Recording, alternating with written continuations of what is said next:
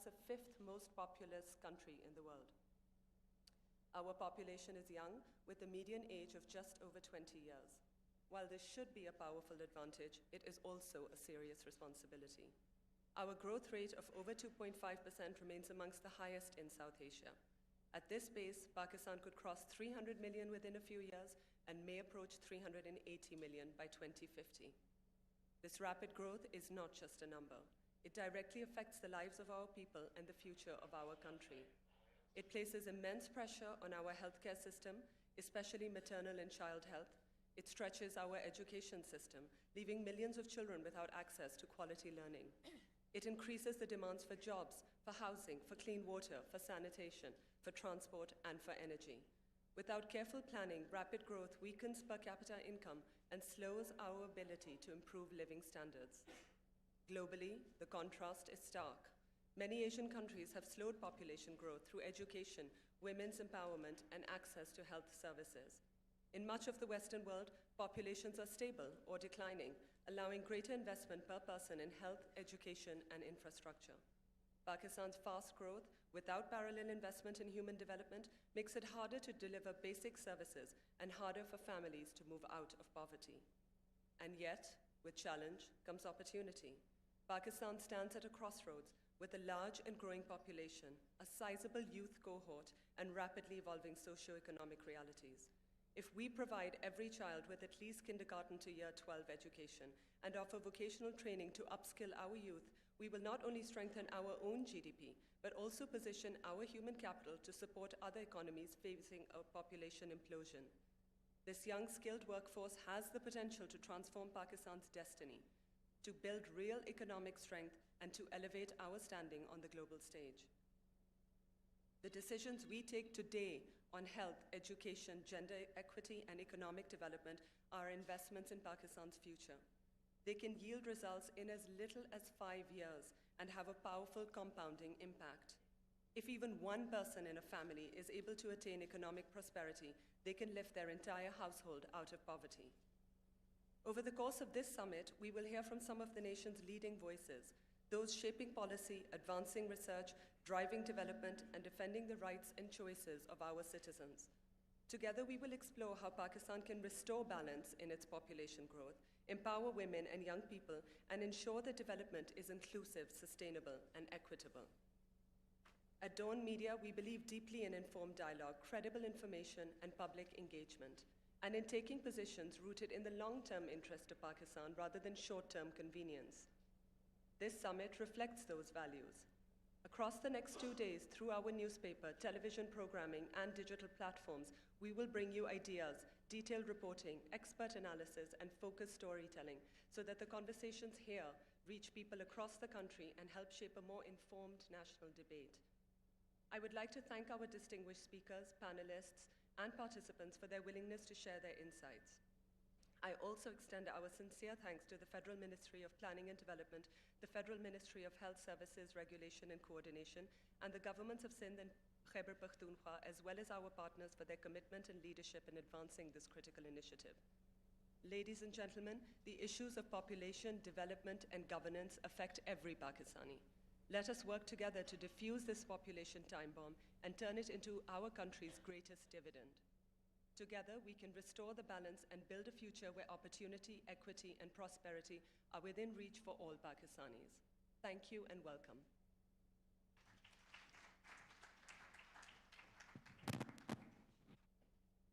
Thank you, Ms. Nazafreen, for setting the tone of the conference. We would now like to invite Senator Sherry Rehman to the podium for an inaugural address.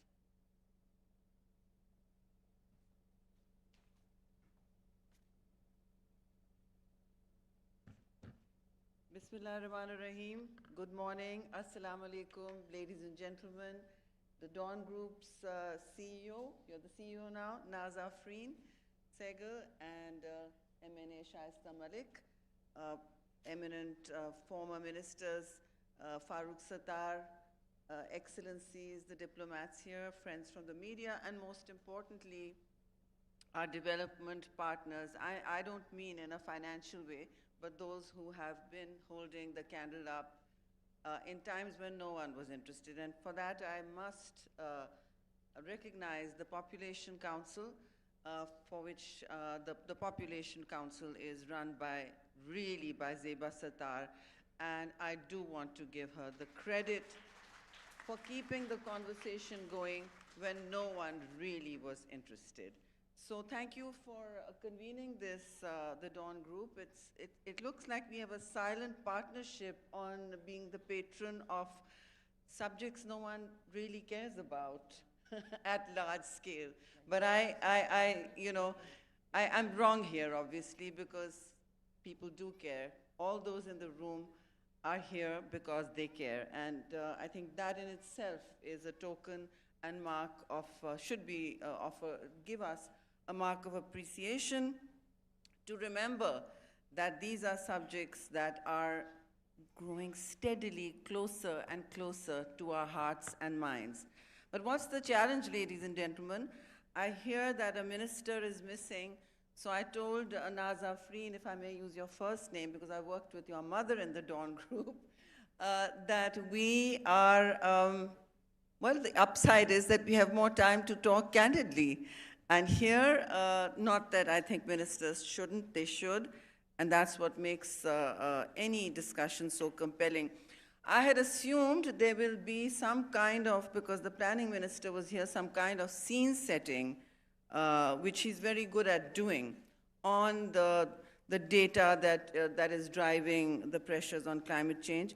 But I'm going to pepper some of the discussion with that, and let's see if we can stay engaged on the subject and not bore you all this time of the morning. So, ladies and gentlemen, how have I become interested in population? Because, well, it's something that we've all been talking and reading about. And 7 years ago, I wrote about 3 ticking time bombs for Pakistan. Unchecked population growth was one of them, water scarcity, and, of course, climate stress. In my view, they are no longer ticking. They have noiselessly exploded around us. They've already done the damage that they needed to do. Let's look at water. Water is scarce, and it's 2025. I remember shouting from Parliament that Pakistan will be water scarce, not just stressed by 2025, according to the UN. Here we are at 2025, and we haven't thought about the huge amounts of water that are missing in our communities and our cities for our citizens to use safely and conveniently. I see it as a fundamental right. Climate obviously is at its frontline heat in Pakistan, as we are the most vulnerable country globally from 2022, according to the Global Risk Index. Now, population growth, in my view, and I'm sure everyone agrees, has passed some kind of a danger line. Why I say that is because it means you have the figures in front of you, 251 million, and those glaze our eyes. Just break it down a little, it means 6 million more people every year. Now, of course, we love people. We love our people. We love children. We love births. We mourn our deaths. What goes around here is the pressure on our resources. The word balance has been used in the title of the summit, in its subtitle, and I think that's where we need to find our pivot. Where do we find our pivot, and why we say that this is such a crisis now is because we need to wonder why so many of our children go hungry. Malnutrition is a big number here. We also need to then ask how will our health clinics, already in deficits, service the sick, the needy, the women and the children needing urgent care, or why we have 26 million children out of school. You see, these are very important numbers, and added to that, Ms. Nazafreen Saigol mentioned the youth bulge. Pakistan talks about this demographic dividend nonstop. At which point does that dividend become a challenge? when you are not able to provide the 1.5 million jobs needed per year. That's a huge number of jobs. 1.5 million jobs needed per year because the population is also growing. This youth bulge is unaccommodated, is looking towards a future where even if they have a degree, they are unable to find the jobs they need. So, you know, these are things that we need to think about in terms of how the population growth is taking us, where it's taking us, and what pressures it's putting on our economy, on our per capita incomes, and of course, the lived reality of people, especially the 45% that are now under the poverty line. These are not my figures, these are the World Bank's. Now, with our economic growth dragged down by climate shocks and institutional frigidity, let's not pretend that is not the case, we are not able to lift millions out of the poverty that I spoke about. Quite the opposite. If GDP gets impacted at 8%, like it did in the 2022 floods and a lower percentage in the recent floods, population numbers stretch those losses further. There's simply more people to save, more people to shelter, more people to feed, house, clothe, and save from the diseases that arise from waterborne standing water that we see then. But, you know, this goes on. Climate change exacerbates all. It's like a multiplier, but then so is population. All threats, all challenges.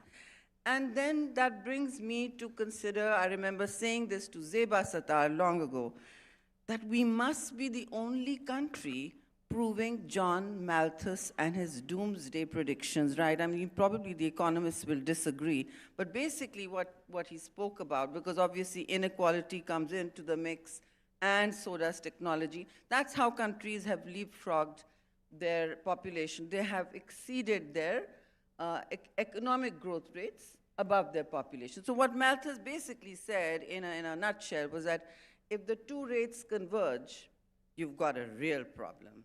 And then eventually, you know, the 20th century and the 21st century proved John Malthus wrong, except right here. If you have a 2.6% growth rate, population growth rate, and your GDP rate hovers around that, it did for many years, and it keeps coming down when there is a climate shock or there's another kind of disaster, you then have the two converging. So, when population growth matches or outpaces GDP, you have a serious structural problem. It presses down on all macroeconomic indicators, and it creates what I call a scarcity crisis. So unchecked population growth creates a crisis of scarcity. You and I don't feel it. We are obviously sitting in Serena Hotel, which has reverted to using plastic bottles. Ahem, management, side note, which it shouldn't be, and we can talk about why, but here's what's going on here. We are in an affluent, or rather, arc of elite privilege. We are not feeling the pressures of the population burden or unchecked growth. And when you talk to a person who has 6 children in his or her family, they say, well, we need the children. Yet, they find that the mouths are far too many to feed. In that situation, I call the scarcity vector becoming gendered immediately, because the population crisis is also not a regular crisis.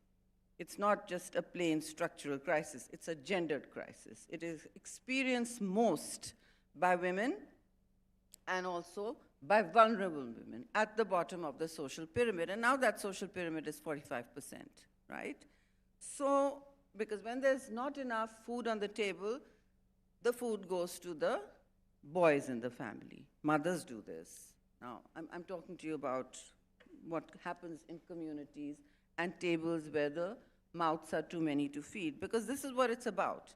If you can feed your population, if you can give them clean water, and you can build their resilience for the future, then you will be able to guarantee them the jobs, your economy has the bounce. Right now, our population is at 241.5 billion, since the presentations are not here. And I'll say that this makes us the 5th most populous country in the world, right? Now, 2.55 is the annual rate. I would suggest it's 2.6 at the very least. When we're sitting at dinner, we think it's 2.7, because a lot is not accounted for. And so each year, we're adding 6 million more Pakistanis to very overstretched systems. Those schools aren't out there, those clinics aren't out there yet, right? So if this growth continues unchecked, the demographic pressure will nullify per capita GDP as well. At a growth rate of 2.7, wherever you go, every citizen will feel very little improvement. They will not feel the improvement in their lives. So even a 1% increase, a 1% increase in population growth reduces per capita income at 35,000 rupees annually. Now, that's a very big number.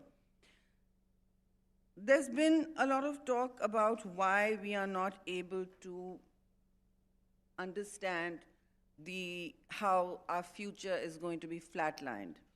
I think we do understand it, but we have not figured out what is a priority. This is a development and daily priority to me, like climate change, like providing water. And I want to tell you how they all interconnect, my ticking time bombs, which have exploded. You know, we're already water scarce, the bell was tolling, and we are now one of the 3rd most water-stressed countries in the world. None of us here probably experience water scarcity, but that is not how it is lived as a reality in large swathes of Pakistan, including even affluent communities. And if we continue at this rate, which when our population will reach 315 million in 2050, then you're going to need 60 million acre-feet more of irrigation, just irrigation water, to keep the country moving. We don't have the storage, we don't have the capacity right now. So, I mean, there's no rocket science. We have to reduce our consumption. Pakistan is one of the most high-consuming water countries. I mean, our usage of water and therefore its waste is probably the 4th highest in the world. So before we start rushing to the limits of saying, why haven't we got these huge dams, which are a thing of the past? Huge dams no longer get the consortium financing, they have huge run-over costs, and they displace communities, and they also stop the run of the river. You have 2 large storage dams, and they generate hydel, and the energy experts will tell you more, and in any energy conversation, this can be addressed. But the pressure on water, which I feel you cannot talk about population without talking about water, is really about who bears the burden. The stress on women, the stress on scarcity. Why do I bring women up again? Because they are carrying the water. You don't all have it in your taps. In Pakistan, 72% of a woman's day, of 3/4 of women in Pakistan, is taken up carrying water. Shocking, isn't it? But please look at the statistics on the world over, Africa and other communities, especially rural communities. The women are carrying water for miles on end. That also goes for high urban density populations and cities where water is carried from a central tank because it just isn't available. Or say, for instance, in Ormara and Balochistan, there'll be one pump in the center of the village. So you're going to, this is how it's experienced outside our heated rooms. And that's the important conversation here, because unchecked demographic growth will outrun our water resources. It imperils security, food, as well as water infrastructure, and the public health capacity to cope to actually emerge resilience, because resilience become too much of a buzzword for everyone to use wherever they want, convenient. But it's linked to things like having the sanitation in your neighborhood, the schools in your neighborhood, the hospitals in your neighborhood. It's linked literally to development per capita. And that's one report that I will be bringing Dawn in a month or so. The vulnerability index has been done by the Population Council, well done, Population Council, and we'll be bringing a resilience one soon, how to actually measure that. So food, climate, and poverty are all impacted. You know, we now have children that are, 40% of children under 5 are stunted. Again, this is simply because of malnutrition. And one more thing, because women, their mothers, are not able to make the health choices that they need to, or on spacing of births, or how to find the food to feed their children, or how many to have in the household, because they cannot feed all the children, including boys. So you have this crisis, and it usually does not get addressed or linked like this. It is entirely linked to unchecked population growth, and of course, the non-access to critical resources, including food, water, schooling, all of this. But food and water and malnutrition are making this happen. And the women's ability to say, we cannot continue to bear 5, 6, 7 children, okay, because their bodies are the front lines for decision making. And this has to be addressed squarely. I also want to talk a little bit about how the job market will be impacted, or rather the lack of jobs. We have a 7% unemployment rate. That's high. And we have then young people graduating, unable to find the jobs, and then you see the serial discontent. What that does is it raises discontent in the state's ability to provide them a climate where employment is easily available, where their household won't lose 4% of their savings every time there's a health trauma. It's much more, or there's a climate, the rain takes their roof out. So people lose, households lose huge percentages of their savings and income. Their disposable income is restricted when there are many mouths to feed, and there's a health trauma, or there is a climate shock now. And those are the most recurring in Pakistan's current realities. Any economist will tell you how much impact one health shock makes and sets back a family of, say, 5 to 6, because, well, it is a family of 5 to 6. What can you do right now? But what you can do is start understanding that is not a neutral demographic trend. It's a public health crisis borne by women and children, and of course the men who have to provide. Now, what that does is it compromises reproductive rights. I will get to the part of what needs to be done, but what we do need to understand is that there is demand for the C word, for contraception. Contraception prevalence rate is what you need to talk about, okay? CPR of another kind. We always think of it as the life-saving CPR, the cardiovascular CPR, right? Less people have heard about contraceptive prevalence rate. That's what you need to talk about, because contraceptive usage is what will lower the birth rate, the fertility rate in our country, which is extremely high. It's the highest in Asia.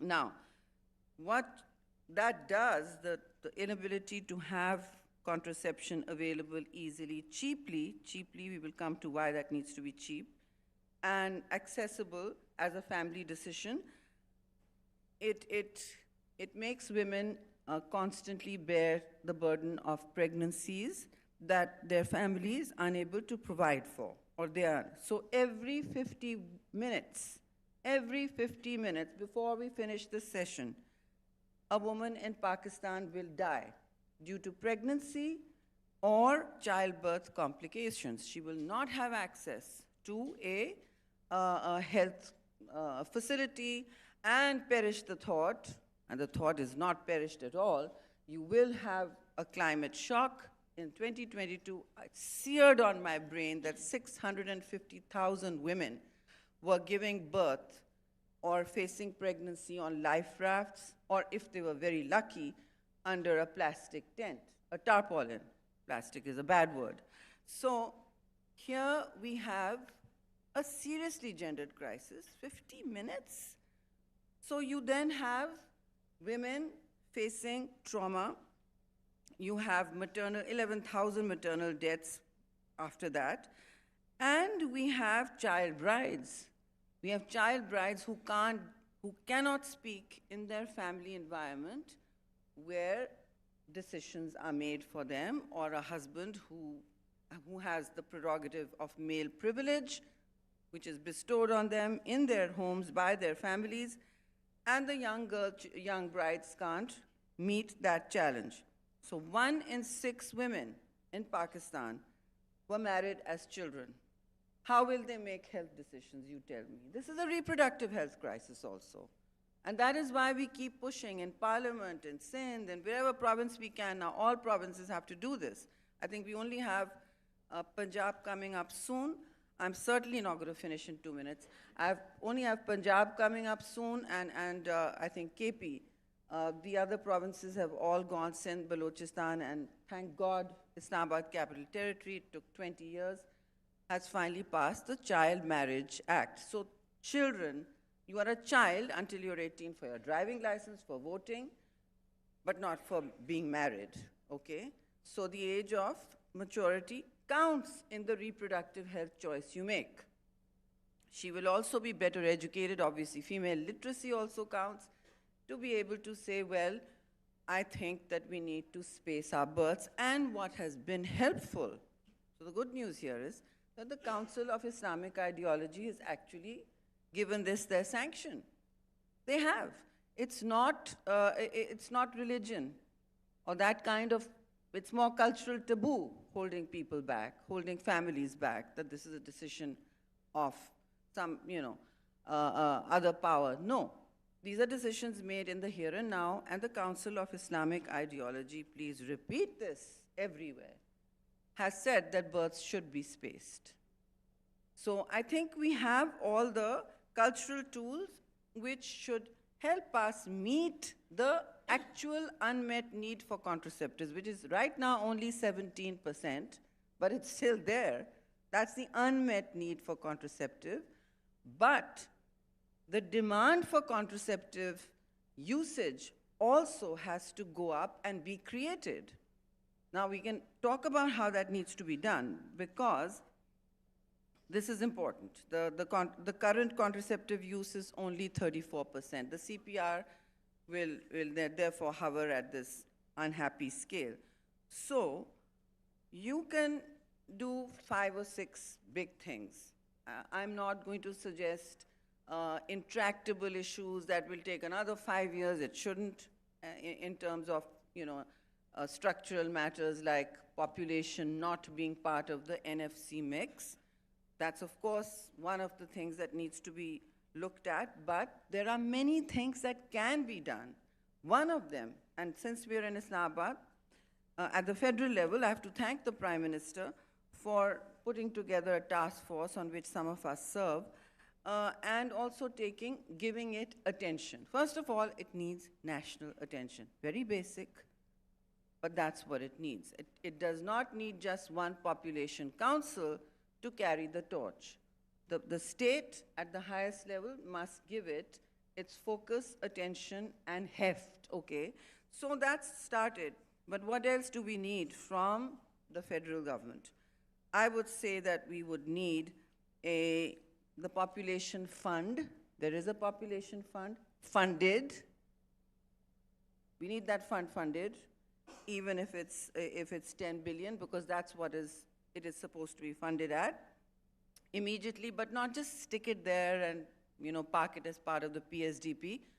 Ring fence it with allocations for the most vulnerable districts. That's where you will find the money well spent. You can identify 40 districts or 20. The task force can do it, the population council can do it. That's the first thing. We also need him, the Prime Minister, to eliminate the tax. I think it's 18%, Zeba, if I'm not mistaken, on contraceptives, right?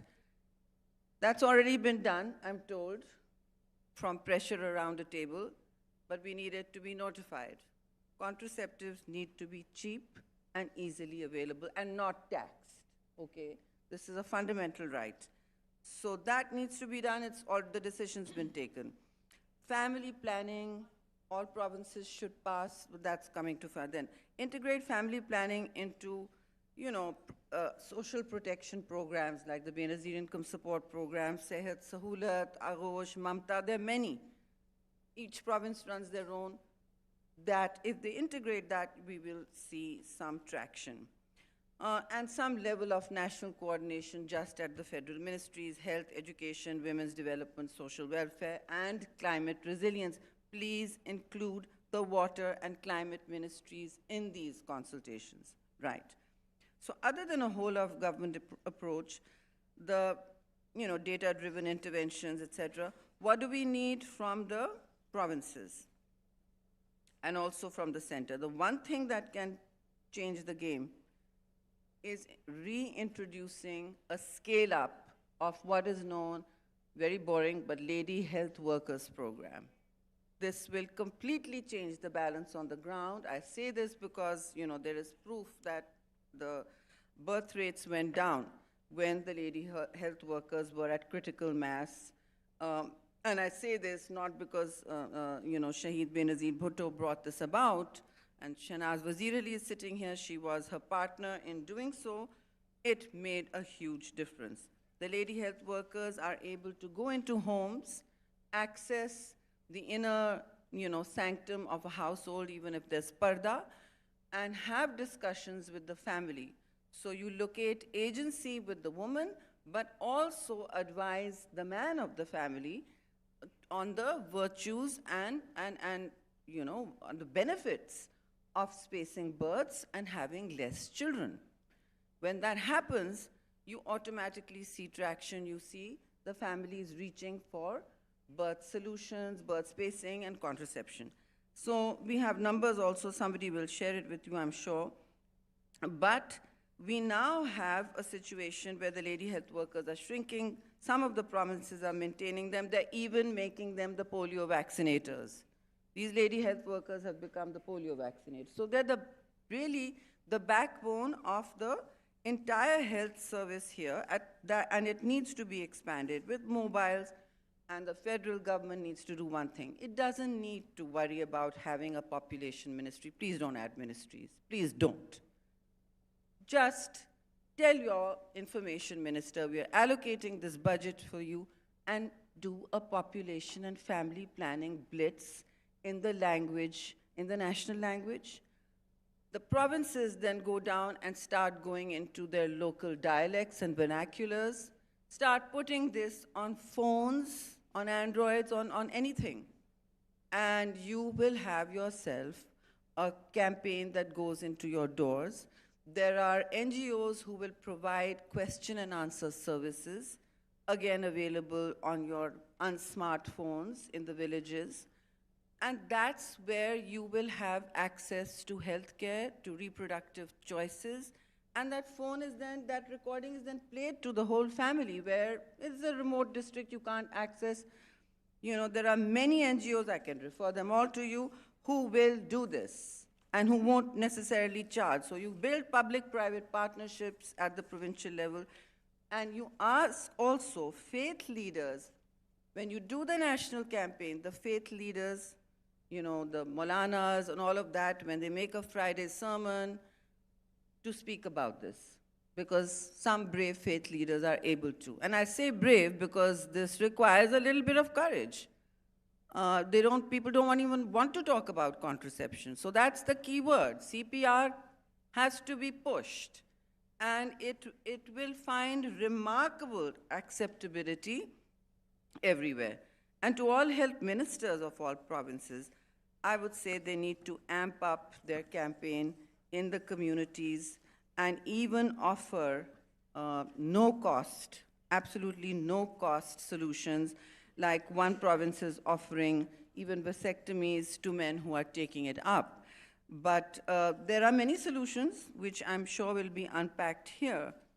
But the main one here from federal is fund it, fund that population fund, don't tax the contraceptives again, and if so, notify the one already that you've agreed to, build the momentum, build a national momentum. The provinces will follow. They will see the benefits. As you have noted, Sindh and KP are already doing so. Sindh is very active, and the health minister will be here. She's been even making local videos in Sindhi and Urdu to transmit the message, and we find that it has many takers. So if we don't want our futures to be flatlined, for our children to be able to go to schools already, as I said, 26 million are out of schools, and find the health care, the women to find the health care that they need, for families to put food on their tables, simple things like that. You will be talking about Malthus later. That's what you need to do. And I really want to thank the Dawn Group for, again, being the patron saint of what I call subjects no one cares about, like me, and taking forward a national conversation which is entirely necessary. The climate change conference was excellent too, and I heard someone trolling and asking, what outcomes were there? It is not your job to provide outcomes. The outcome makers are all here. Your job is to provide the public and national conversation, and thank you for doing that. I hope we continue to address this subject at the highest level. Thank you.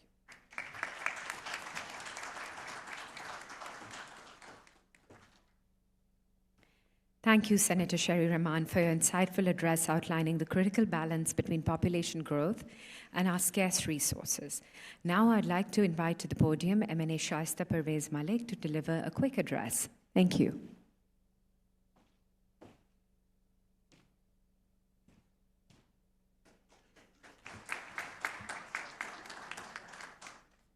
Bismillahirrahmanirrahim, and a very good morning and Assalamu alaikum. It is my honor to be standing here and talking on something very, very important and something very close to everybody's heart who are sitting here. Here, the policymakers, the development partners, experts, and community leaders will be talking about a very important issue. And Sherry Rehman, I think, has laid the stage for all the discussions that will be carried on in the different panels in the coming 2 days. I feel that your sitting here, your participation reflects our collective resolve to address population challenges and strengthen family well-being. I thank you all for being here. And I especially thank the DawnMedia group for taking up all the challenges that we are facing and making people aware of what are the challenges. And of course, Population Council ki Begum Sattar Sahiba, who's been taking up this issue for the last so many years, who's persistent, and her persistency shows that we are coming to a near resolve. It has been accepted at the highest level. The Prime Minister is conscious of the fact and appreciates and recognizes that how important family management is, and everybody is on board now. What I feel that it is no more a demographic issue. It is linked with our economy. It is linked with our well-being of the people. It is linked with the future of our children. It is linked with everything a country is judged by. Population management is an important issue. The political will is there, but should now be turned into action, I feel. And the Prime Minister of Pakistan is conscious of the fact that how important population management it is. It is directly linked with our well-being. But I want to leave a food for thought. We need to de-link the National Finance Commission award from population as primary basis of allocation. We have to de-link it because we have to see what the human development bars are. And when you link it with population, the Finance Commission is, I think, misled and misguided. So one thing very important which I want to mention is, in which I think we should be discussing and debating in our panel discussions, is that we have to de-link the Finance Commission from population. And that is important. The fast-growing population is putting a lot of pressure on our resources, hospitals, schools, and jobs, and climate resilience. And leadership realizes and recognizes this. This resolve must be turned into a clear population strategy. And strategy shift should be seen and visible. Sherry has given a very detailed, comprehensive issues that needs to be tackled. I think we will be discussing them in our panel discussions, and as said, it will be a productive discussion and results will come as policy makers, as legislators are sitting here in the audience. I think we will have something concrete by the end of this. And thank you very much once again. I don't want to go into details because everything has been discussed now. Threadbare discussions will be done in the panels. And thank you very much, Dawn Group, and the Population Council for coming up with this good summit. Inshallah, we will be looking forward to a productive discussions in the coming sessions. Thank you very much.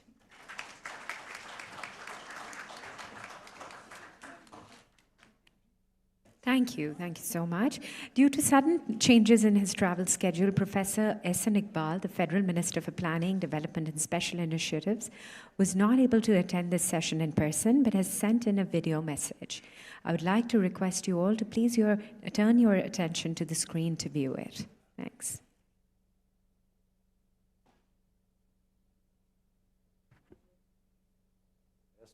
Development partners, colleagues from government, academia, civil society, and international organizations. Assalamu alaikum and very good morning. It is an honor to address the Dawn Population Summit, an important national forum at defining moment in our journey. I commend DawnMedia Group, the Population Council, and all our development partners for convening this dialogue on an issue that will shape Pakistan's destiny more than any other. Pakistan stands today at a historic demographic turning point. According to the latest NIPS projections, our population will be around 240 million plus, is expected to reach 370 million by 2050. It is a defining challenge for our future stability, prosperity, and competitiveness. To put this in perspective, every single year, Pakistan adds almost the entire population of New Zealand, around 4 to 4.5 million people. Nearly 64% of Pakistanis are below the age of 30, and over 100 million are in our workforce. This immense demographic energy, if left unmanaged, risks turning into social and economic pressures, and we can already feel the strain. Among the most painful expressions of our demographic challenge is the high prevalence of stunting in our children. Nearly 40% of children under 5 are stunted. In several districts, stunting exceeds 50%. Countries with high stunting lose 2 to 3% of GDP annually due to low productivity and impaired human capital. A stunted child earns up to 22% less over a lifetime. This is not a health issue alone. It is a national productivity crisis, a human development emergency, and a direct threat to Pakistan's long-term economic strength and sustainability. I want to acknowledge the commitment of the Prime Minister, who has placed stunting and population management at the highest national priority. Under his leadership, the government is moving towards emergency, multi-sector action integrating health, nutrition, education, social protection, water, and local government systems. At this summit, we must ask ourselves with complete honesty, do we want a generation of illiterate, stunted, malnourished children, or a generation that is well-fed, healthy, educated, skilled, and creative? In a world where brain power of nations determines their competitive advantage, it is not population size, but population quality that drives national progress. Countries win the future not through head counts, but through the strength of the human capital, through educated minds, healthy bodies, skilled hands, and creative thinking. Therefore, Pakistan's priority must be fewer children, but better outcomes for every child. For decades, population was viewed narrowly as a health matter. This fragmented approach showed little progress. In reality, population dynamics shape employment, skills and education, food and water security, urbanization and housing, climate resilience, fiscal stability, innovation, and above all, national security. Countries such as Bangladesh, Vietnam, Iran, Indonesia achieved rapid prosperity by aligning population policy with economic strategy, women's empowerment, and education reforms. Pakistan is now moving decisively in that direction with two-pronged strategy. One, rights-based, accessible family planning services. Through the Ministry of National Health Services and provincial departments, we are focusing on expanded access to modern contraceptives, strengthened supply chains, trained counselors and community outreach, improved provincial service delivery, behavior change communication. Our principle is clear. Every woman must have the right to voluntarily high-quality reproductive health service. 2. Forward-looking planning and development strategy. At the Ministry of Planning and Development, we are embedding population and human capital at the heart of national economic policy. Our initiatives include Population Emergency Framework submitted to the Prime Minister, National Strategic Framework on Population and Development, updated NIPS population projections, a unified national knowledge hub integrating PBS, NIPS, NADRA, health, and education data, data for development, platform for real-time monitoring, rollout of Udan Pakistan, a digital ecosystem for family planning, supply chains, and citizen access. Work towards a reformed NFC award aligned with demographic and service delivery realities. Ladies and gentlemen, these reforms move Pakistan from fragmented responses to a cohesive and integrated national strategy.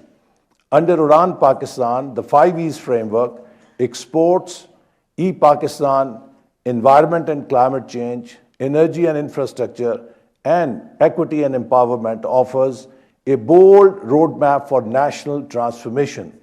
But none of the 5 E's can reach their full potential unless Pakistan simultaneously addresses population growth, nutrition, and human capital development. Exports need a strong, productive workforce. Digital Pakistan demands cognitive skills and quality education, both undermined by stunting. Environment and climate resilience require reduced pressure on natural resources. Energy efficiency depends on moderated demand linked to population. Equity requires every child to begin life with nutrition and good opportunities. Population management is therefore the foundation of Udan Pakistan, not a parallel agenda. Pakistan has limited but powerful demographic window. The next 25 years will determine whether we rise to prosperity or remain constrained by unmet human development needs. If we reduce unwanted fertility and stunting, empower our women, modernize service delivery, invest in education and skills, align population policy with economic planning, then Pakistan's demographic curve can become the engine of a new era of national renewal. The government under the leadership of Prime Minister Shehbaz Sharif is fully committed to this transformative agenda, but success requires national consensus, provincial ownership, and societal responsibility. Let this summit mark a new beginning, from conversation to coordination and partnerships, from concern to commitment and delivery, from vision to implementation, and from isolated projects to national transformation. Ladies and gentlemen, population is the central axis on which Pakistan's future prosperity will turn. What we do today will determine the destiny of generations. I wish the conference very success. Pakistan Zindabad.